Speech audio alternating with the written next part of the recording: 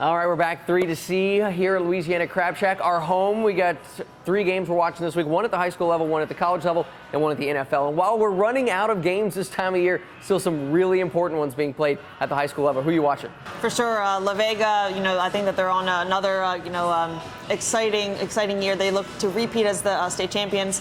They play Springtown, and I just think that it's going to be one of those kind of dogfight matchups. However, I think the Pirates are going to come out on top. I mean, both teams only have 1 loss on the season, and if you look back, that only loss for the Pirates was against Argyle, who they just beat last week and handedly defeated them. So I'm just really looking forward to the Pirates, just their journey back to the state title game, and I'm picking the Pirates to win this one. I mean, they just have a lot of firepower on both sides of the ball, and Don Hyde is certainly, coaching, the second year as that head coach. I think that they just they're a force to be reckoned with, absolutely. Yeah, no doubt, and certainly a great battle between mascots. You got the Porcupines, you got the Pirates. And in that case, there's no matchup between these two. Pirates all the way. Yeah, it should be a lot of fun. You talked about a lot of firepower. One team that has a ton of firepower is Lampasas, and that's the team, if they can win, boy, they could meet La Vega, the winner of that game in the state championship game. That would be so much fun here for Central Texas. Have 2 Central Texas teams to do that. But Lampasas has got to go through Carthage. And Carthage is a team that La Vega is very familiar with. They've had some battles in the playoffs, late in the year over the last couple of years. But, they know what this is all about. Lampasas is their first time in the state semifinals in over 30 years. I went out there and talked to those guys yesterday. And, they embrace the challenge. They like what this team's done. They like how this team is built, and they want to just go out there and just let it rip. Coach Troy Rogers was a quarterback at Lampasas. Any quarterback you'd want to hear them say, go out there and let it rip. That's what he wants his team to do against Carthage, who is a very good team. It will be a tough test, but Lampasas' offense has just been so much fun to watch. They seem to have gotten better every single week. They talked about how that Lorena loss, which is hard to believe, way back in September, they lost that game to Lorena, and since then, they've been on this path of destruction. Going to get a big test this week against Carthage. I'm certainly looking forward to it. So I've got my eye on that game, and I think that Lampasas, I think the Badgers are going to pull the upset. Okay. Badgers they're a feisty animal, so you don't want to corner them. And right now they're corner going up against the Bulldogs of Carthage. So I like Lampasas. That's going to be a great game to watch, and I would love to see a La Vega Lampasas state championship. College, we know Baylor's going to the Sugar Bowl. We've got some great coverage plans here on Fox 44 for that. But until we get there, we'll talk about that, but not right now. Until we get there, what are some bowl games or maybe some other games that you're looking for at the college level?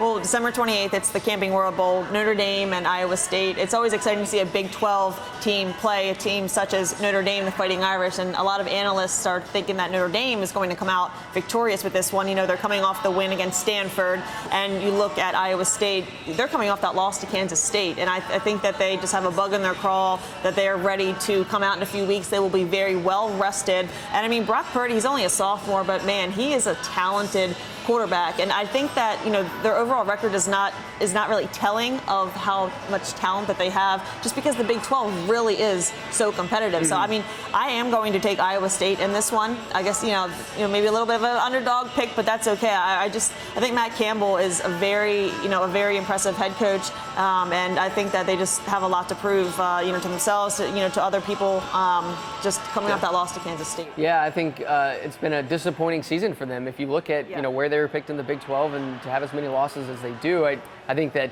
it's tough to sit where we saw Iowa State a decade ago and say that going to the Camping World Bowl and playing Notre Dame is an upset. But I think there are some fans that thought and expected more from them. So yeah, I wouldn't be surprised at all if they come out against Notre Dame and play really well. So that's going to be a fun one. I'm going to go this week though. This is one of my favorite college football games, Army-Navy. It's just such an amazing bucket list trip for me would be to go to that game. The 2 service academies going at it. There's just the respect between the two, the pageantry of the game itself.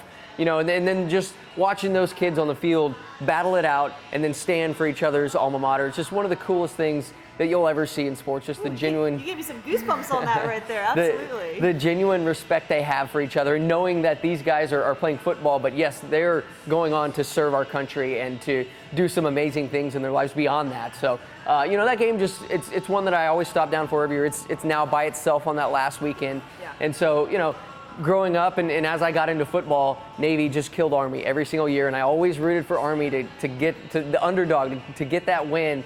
now the tables have turned. Army has really turned that program around, and they've won the last couple. Navy's coming back. They've had a great season this year, rebounding from a really tough one last year.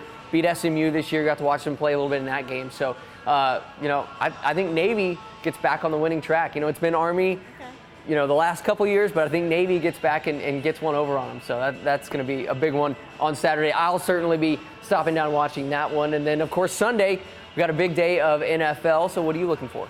Okay, it's been a national headline all this week. The Patriots and the Bengals with, a few years ago with Bill Belichick, spying on other teams, this and that. But the whole fiasco, filming the Bengals on the sideline, saying that they were shooting, doing a documentary on scouts and this and that. There's so many different viewpoints you can take on that whole situation. But the point is that the Patriots have to come out and prove themselves against the Bengals, because the Bengals are the worst team in the NFL, and the Patriots, they are definitely not playing to, maybe not necessarily their potential, but they're not having the same year as last year. Brady does not have all his weapons, but it's going to be a very interesting game, because let's say if Belichick and the crew really was stealing some signals or something like that, trying to use whatever they can for their advantage. Let's say the Bengals, maybe they change up some stuff, but if the Patriots lose that game against the Cincinnati Bengals, that is going to be a very, that's going to be a very informative thing for New England, I think, the rest of their season.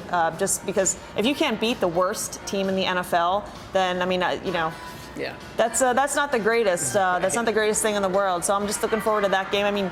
I am going to pick the Patriots just because the Bengals are not. They're very awful. They're an awful team this year. Unfortunately, Patriots, I do think that they, will come out victorious. Just Tom Brady is, you watch him on the game on the sideline at the games.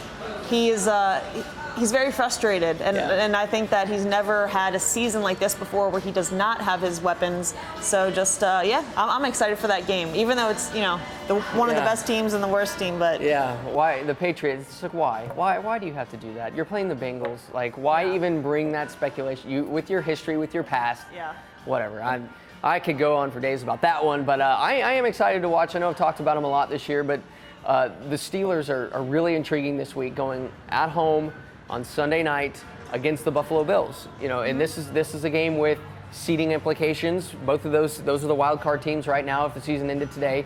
And so if the Steelers were to win, they would jump up to that 5th spot in the wild card standings, which would help in that first round. There's still a lot to sort out in this one, but that Steelers defense is playing amazing. We saw that Bills defense, what they did to Dallas a couple weeks ago, and I think a lot of people wondered, is this Buffalo team an okay team that's beating up on bad teams, or are they a good team? And I think after the last couple weeks, we saw what they played pretty well last week in Baltimore, or against Baltimore. And so I do think that this is a good team. I think the Steelers defense is impressive. It's one of the best in the league right now. And, I really like what I've seen out of Duck Hodges. Duck Mania is really, really fun. Everyone's got the Duck, masks on and the Duck hats on and everything like that. And he's putting up some impressive numbers. I actually, a few weeks back, I picked him up in one of my fantasy leagues, and he actually put up some decent numbers. So, I like that third-string quarterback coming out. That's pretty cool. And as Mike Tomlin says, he doesn't kill us. So that's a ringing endorsement from your head coach. So, Duck is, we're starting to see more of a maturation from him. He threw some balls last week against that Cardinal defense where it wasn't just check down, it's right. It was, he needed to throw the ball away from the defender, up and away, keep it away from him, and throw the touchdown at the same time. That throw to Deontay Johnson was awesome. So he's continued to improve. We'll see if he can do that against what is a very talented Bills offense. Maybe I'm a homer, but I'm going to go with the Pittsburgh Steelers on this one.